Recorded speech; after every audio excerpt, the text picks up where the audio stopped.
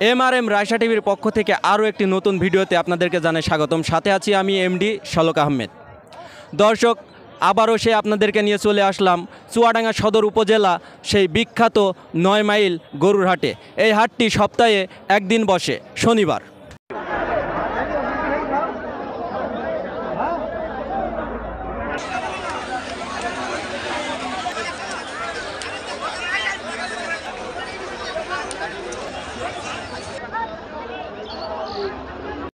দর্শক, আপনারা দেখতে পাচ্ছেন যে এই দুইটা গরু বেচা বিক্রি হচ্ছে। তো এই দুইটা গরু কেমন দামে বিক্রি হলো সেটা আপনাদেরকে জানাবো।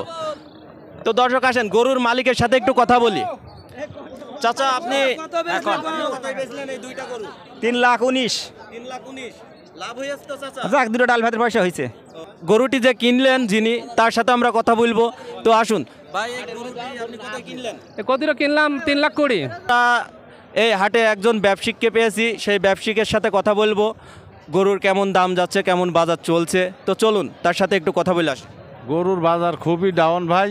গরু প্রতি 20-30 হাজার টাকা করে কেটে দাম করছে, কোনো বেচা কিনাই নেই। আপনার তো এই গরুগুলা না, তো এই গরুগুলার কেমন দাম হচ্ছে? এই 1.5 লাখ দিয়ে কিনে নিয়ে আসে 1,20,000 দাম হচ্ছে, 2 লাখ দিয়ে কিনে নিয়ে আসে 1,60,65 দাম হচ্ছে।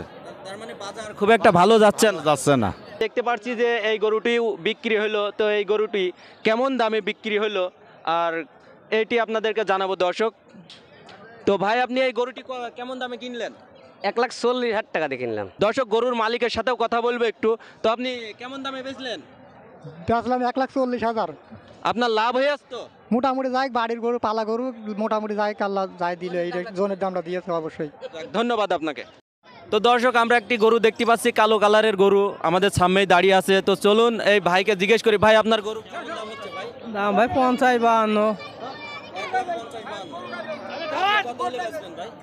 60 হইলি।